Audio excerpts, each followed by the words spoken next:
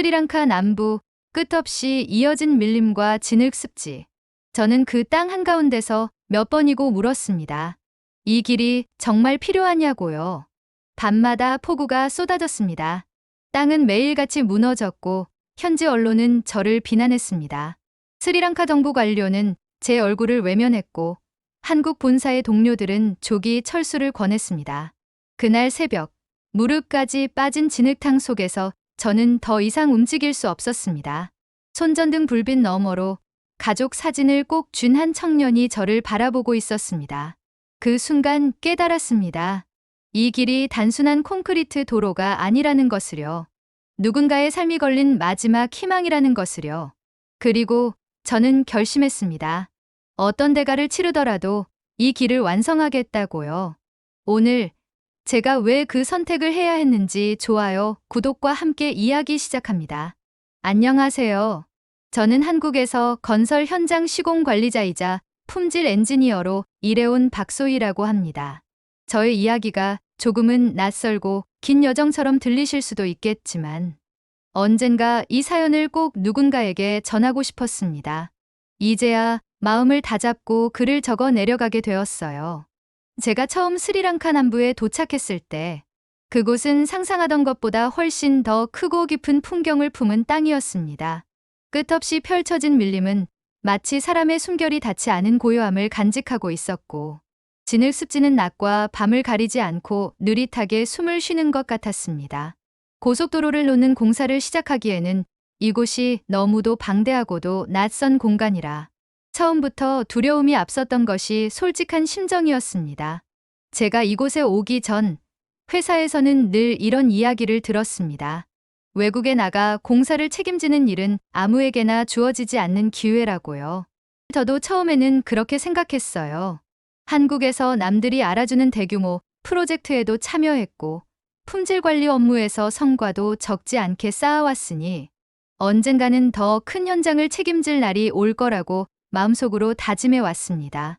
그런데 막상 이 자리에 서 보니 제가 가진 경험만으로는 설명할 수 없는 감정이 차올랐습니다.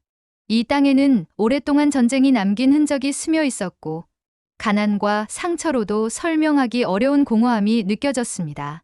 공항에서부터 차량을 타고 몇 시간을 달려 현장 사무소에 도착했을 때 그 공허함은 제 마음에도 조용히 내려앉았습니다. 스리랑카 정부의 담당 관료인 아난드 페레라 씨를 처음 만났을 때를 아직도 잊지 못합니다. 그는 50대 후반쯤 되어 보였고 풍부한 행정 경험 때문인지 말투와 표정이 단호했습니다. 저를 보자마자 그는 차가운 목소리로 이렇게 말했어요. 당신들이 이곳에 오면 우리 노동자들의 일자리가 사라질 거라고. 외국 기술자들이 현지 사람들에게 이협이 될 거라고요. 그 순간 저는 짐작은 하고 있었어도 직접 마주한 반감과 불신의 마음이 무겁게 내려앉았습니다. 사실 저도 그분의 심정을 이해할 수 있었습니다. 오랜 분쟁과 혼란으로 일자리 하나하나가 소중한 이 나라에서 외국의 대형 건설사가 현지 사업에 참여하는 것은 단순한 경제 문제가 아니었으니까요. 하지만 저 역시 이 공사가 단순히 이익을 쫓아온 일이라 여기지 않았습니다. 저에게 이 프로젝트는 제 경력을 걸고 이 땅에 남길 수 있는 무언가를 찾는 여정이기도 했습니다. 현지 인부들과 첫 미팅을 하는 날, 그들의 표정에는 경계와 낯설음이 뚜렷하게 묻어나 있었습니다. 언어도 문제였고 문화도 달랐습니다. 저는 간단한 인사말부터 배워서 직접 건네보았지만 그들은 마주 웃어 주기는커녕 눈길조차 오래 맞추지 않았습니다. 통역이 있어도 마음을 여는 것은 완전히 다른 문제라는 것을 절실히 깨달았습니다. 저와 함께 온 한국 본사의 기술자들도 한결같이 무겁고 냉소적인 분위기를 풍겼습니다. 일부는 제가 여자라는 이유만으로 못마땅해 하는 기색을 숨기지 않았습니다. 언젠가 기술팀장 중 한 분이 사무실에서 나가면서 제게 이런 말을 했습니다. 여자 현장 책임자가 뭘 할 수 있겠느냐고. 이 현장은 장난이 아니라는 것을 조만간 알게 될 거라고요. 저는 아무 대답도 하지 않았습니다. 그 말에 대응할 기운조차 없었습니다. 사실 저는 27살 무렵부터 이 업계에서 일하면서 비슷한 말들을 수도 없이 들어왔습니다. 저보다 10살, 20살 많은 남자 동료들이 주저없이 저를 평가하거나 함부로 결론을 내리는 모습을 숱하게 봐왔습니다. 그때마다 저 자신에게 다짐했습니다. 언젠가는 누가 뭐라 해도 결과로 보여주겠다고요. 그런데도 마음 한구석에서는 그 오래된 통증이 여전히 남아 있었습니다. 현장은 상상한 것보다 훨씬 더 거칠었습니다. 해가 뜨면 습도가 60%를 훌쩍 넘고 온도는 40도 가까이 치솟았습니다. 잠시만 방심해도 땀이 등줄기를 타고 흘러내리고 숨이 막힐 듯 공기가 무거웠습니다. 해가 지면 모기떼가 몰려들었고 새벽에는 독사가 공사 자재 틈에 숨어있는 날도 있었습니다. 자재 손실과 기계 고장도 끊임없이 일어났습니다.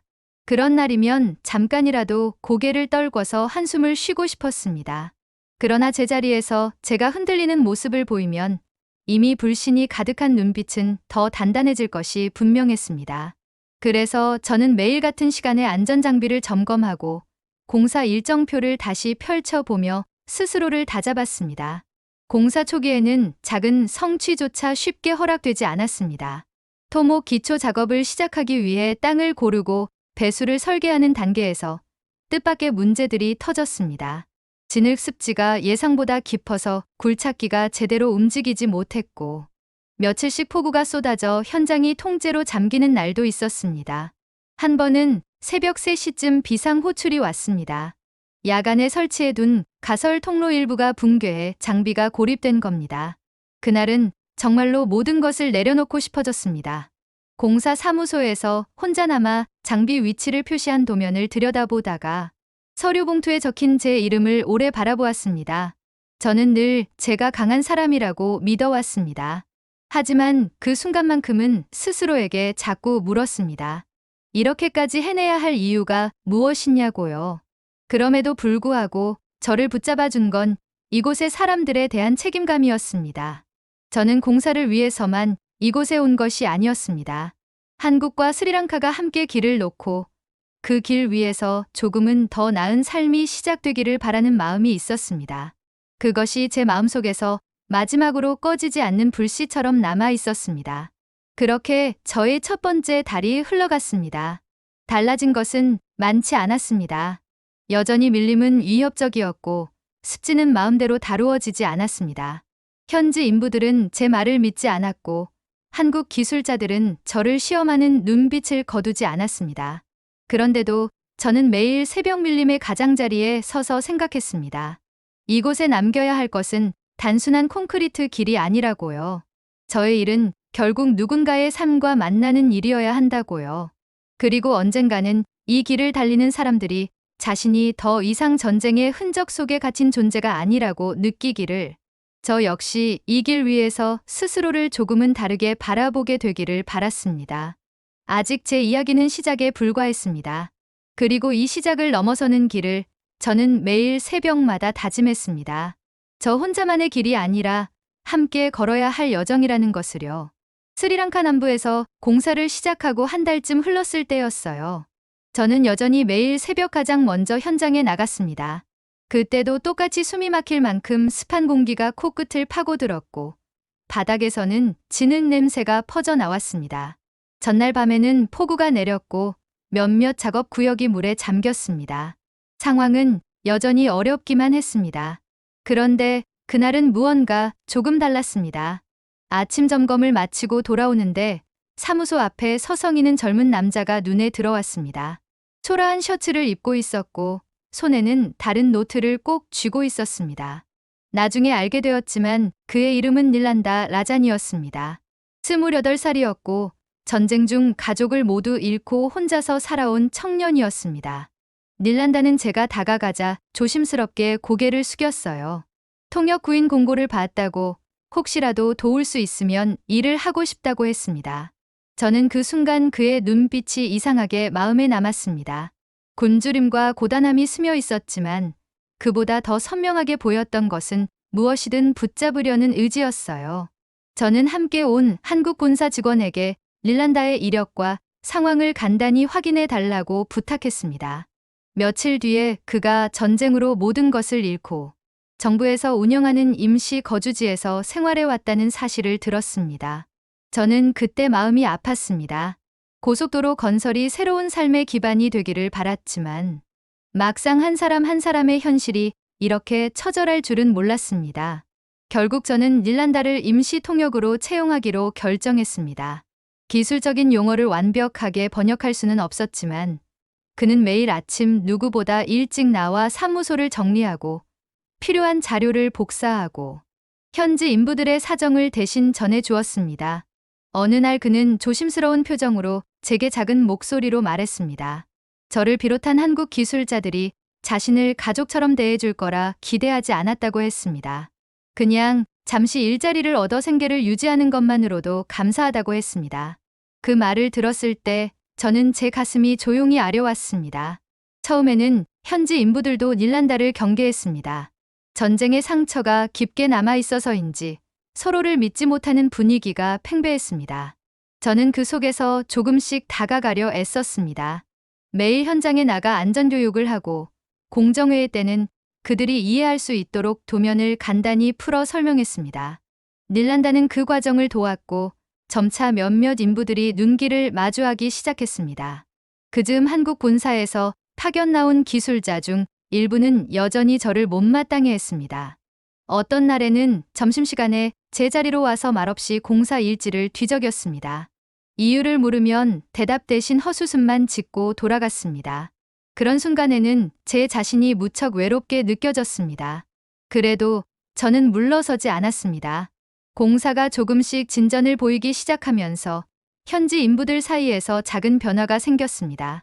한동안 말을 거의 하지 않던 중년의 작업반장이 어느 날 제게 다가와 한국에서 이 기술을 배우면 자신들도 더 많은 일을 할 수 있느냐고 물었습니다. 저는 그 질문이 마치 긴 밤을 지나 처음 피어나는 새벽 같은 기분이 들었습니다. 그때부터 저는 매주 이틀씩 기술교육 시간을 만들었습니다. 닐란다가 옆에서 열심히 번역을 했습니다.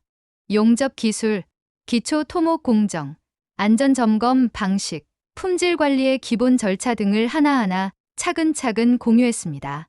언어의 벽은 여전히 컸지만 그 과정을 통해 서로를 조금씩 이해하게 되었어요. 닐란다는 매일 저를 찾아왔습니다. 오늘도 잘하고 있는지, 현지 인부들이 이해하지 못한 부분은 없는지 묻곤 했습니다. 그 진지한 태도를 볼 때마다 저는 다시 용기를 냈습니다. 그러던 어느 날 스리랑카 정부의 아난드 페레라 씨가 현장을 점검하러 왔습니다. 그는 예전보다 표정이 누그러져 있었습니다. 그날 저는 고속도로 공정의 진척 상황과 기술교육 프로그램의 성과를 간략히 보고드렸습니다. 그러자 페레라 씨는 잠시 서류를 보다가 조용히 말했습니다. 이런 방식이라면 현지 노동자들에게 새로운 기회가 될 수도 있을 것 같다고요. 그 말을 듣는 순간 저는 이 길이 결코 혼자서는 만들 수 없는 것이란 사실을 다시금 깨달았습니다. 그 무렵에는 현지 언론에서도 조금씩 긍정적인 보도가 나오기 시작했습니다. 물론 여전히 비판적인 시선이 많았지만 일부 매체에서는 한국힘이 기술을 공유하고 있다고 소개했습니다. 저는 매일 새벽마다 사무소에 앉아 그 기사를 읽었습니다. 여전히 해결되지 않은 문제가 수없이 쌓여 있었지만 적어도 단 하나의 문장만큼은 제 마음에 남았습니다. 스리랑카 남부의 노인은 이 고속도로가 단순한 콘크리트 구조물이 아니라 이곳 사람들에게 새로운 삶의 길이 될 수도 있다고요. 이제 저는 이 길에 대한 책임이 더 무겁게 느껴졌습니다. 그리고 제 삶에서도 이 프로젝트가 어떤 전환점이 될 거라는 예감이 들었습니다. 그날 밤 사무소 옆 작은 방에서 숙소로 돌아가기 전 저는 문득 제 이름이 적힌 공문서를 바라보았습니다. 박소희, 한국기술팀 책임자. 그 5글자가 그때만큼 낯설게 다가온 적이 없었습니다. 이제 제 이야기는 한 발 더 나아가려 하고 있었습니다. 이 고속도로가 완성되기까지 아직도 수많은 시련이 남아 있었습니다. 하지만 저는 마음속으로 조용히 다짐했습니다. 이 길을 결코 포기하지 않겠다고요. 고속도로 공사가 본격적으로 속도를 내기 시작하던 시기에 저는 매일 밤이 오면 숨이 막히듯 긴장을 했습니다. 낮에는 밀림과 습지에 맞서고 밤에는 끝없는 걱정과 싸워야 했기 때문입니다.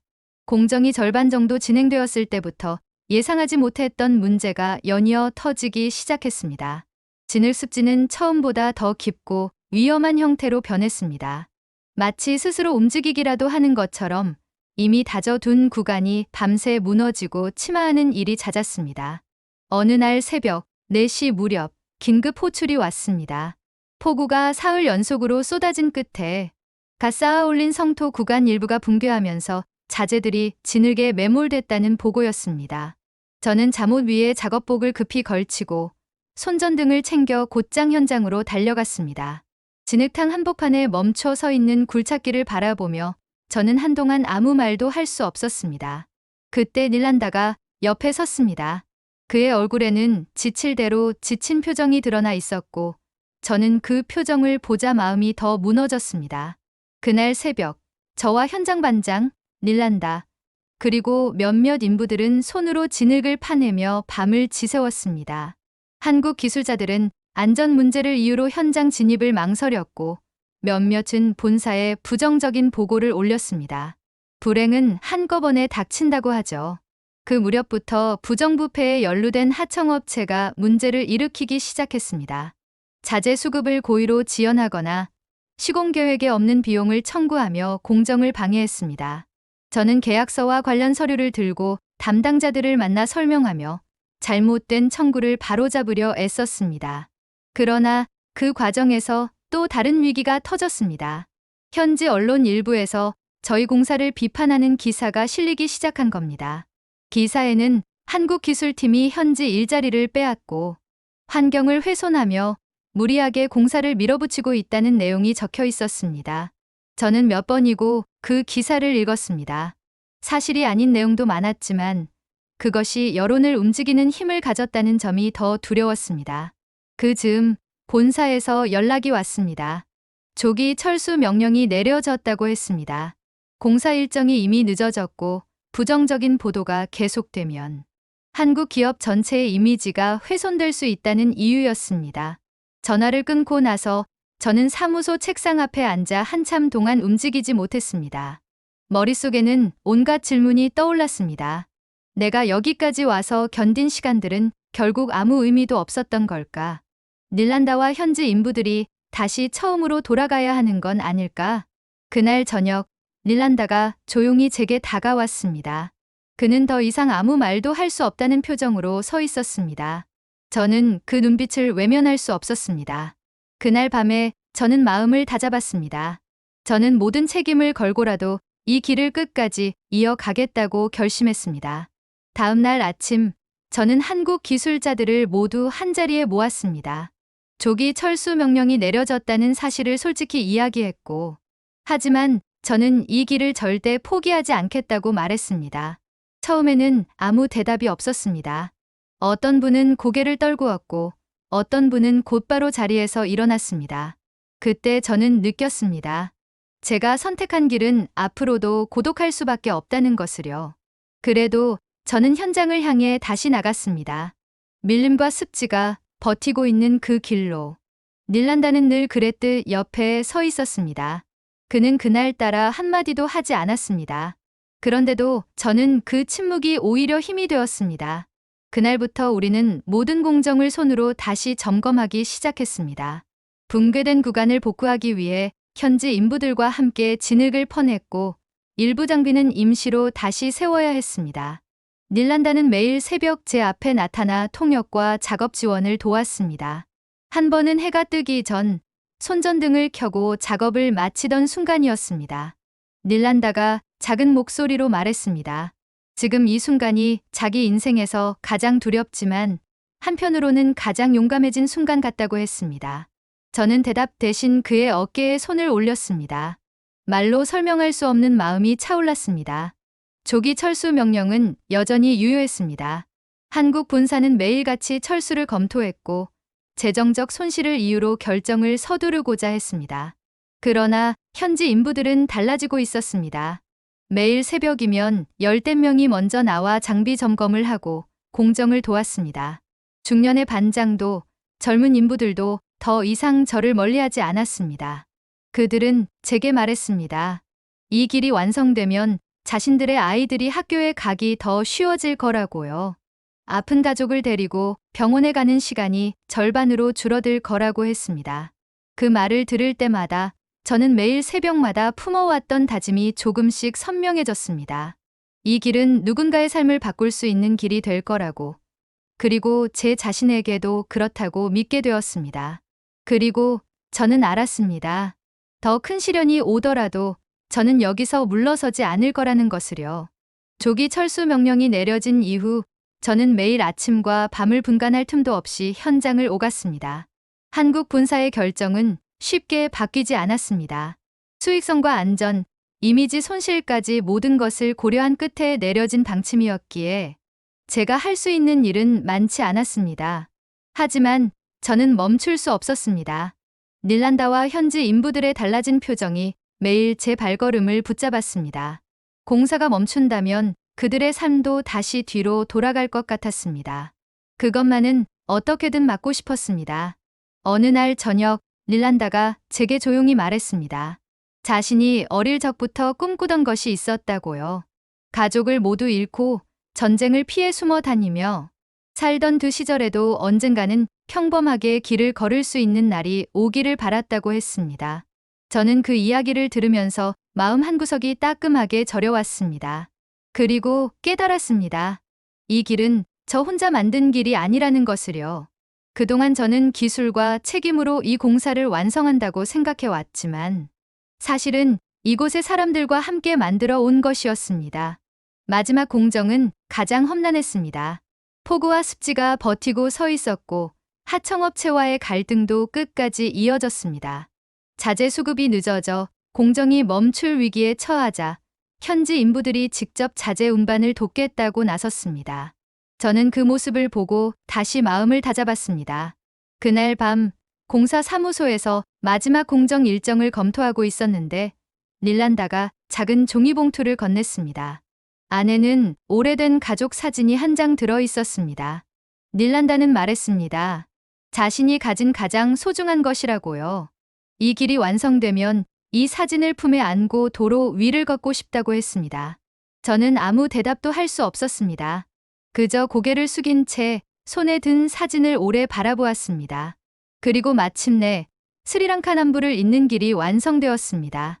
100km에 달하는 이 고속도로는 진흙 습지를 지나고 밀림의 경계를 뚫고 바닷바람이 불어오는 마지막 구간까지 이어졌습니다. 완공 당일 저는 새벽부터 사무소를 떠나 현장을 돌았습니다. 마치 현실이 아닌 것처럼 마음이 멍하니 비어 있었습니다. 함께 해둔 모든 사람들이 떠올랐습니다. 처음엔 경계만 가득하던 현지 인부들, 매일 아침 제 앞에 서 있던 닐란다. 그리고 끝내 제 편이 되어준 몇몇 한국 기술자들까지. 오전이 되자 작은 기념식이 열렸습니다. 스리랑카 정부 인사들과 현지 언론, 한국 본사의 대표도 참석했습니다. 사람들이 박수를 치고 사진을 찍는 동안 저는 문득 저 자신이 한 발짝 떨어져 있는 것처럼 느껴졌습니다. 그 순간 닐란다가 제 앞으로 다가왔습니다. 그는 주저하다가 제 손을 꼭 잡았습니다. 이 길의 첫 번째 운전자가 되고 싶다고 했습니다. 저는 잠시 숨을 고르고 주머니에서 차 키를 꺼냈습니다. 손에 쥔 열쇠가 그토록 묵직하게 느껴진 건 처음이었습니다. 그에게 차 키를 건네면서 저는 조용히 말했습니다. 이제 당신이 이 길의 첫 번째 운전자가 되어 달라고요. 이 도로를 처음 달리는 사람이 바로 당신이길 바란다고 했습니다. 닐란다는 떨리는 손으로 열쇠를 받았습니다. 그리고 차량에 올랐습니다. 흰색 픽업 트럭이 천천히 도로에 올라섰습니다. 엔진 소리가 밀림을 가르며 퍼져나갔습니다. 처음으로 닐란다는 가족 사진을 운전석 옆에 놓았습니다. 그 모습을 보고 있자니 제 마음에 오랫동안 쌓여있던 무언가가 조금씩 허물어지는 기분이 들었습니다.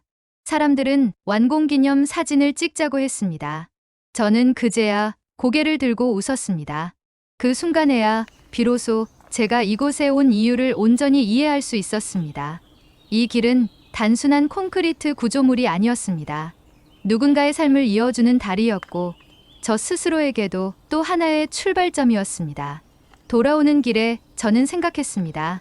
앞으로 어디서 어떤 길을 놓게 되더라도 오늘 이 순간을 절대로 잊지 않겠다고요. 스리랑카 남부의 폭우와 진흙탕 속에서 저는 제 한계를 여러 번 마주했습니다. 때로는 포기하고 싶었고 때로는 누군가의 편견이 마음을 무너뜨렸습니다. 하지만 그 모든 순간이 지나고 나서야 깨달았습니다. 제가 만들어 온 길들은 결국 제 안에 쌓여있던 두려움과 벽을 허물어내고 있었다는 것을요. 이제 저는 더 이상 예전의 제가 아니었습니다. 언젠가 이 사연을 읽으시는 분들께서도 자신만의 길 위에서 두려움과 맞서야 하는 순간이 온다면 부디 한 번만 더 용기를 내주셨으면 좋겠습니다. 저는 그 용기가 작은 기적을 만든다고 믿게 되었으니까요.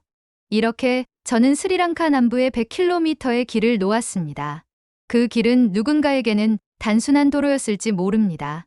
하지만 저에게는 두려움과 외로움을 넘어선 용기의 흔적이었고, 현지 사람들에게는 전쟁의 상처를 딛고 일어서는 새로운 시작이었습니다.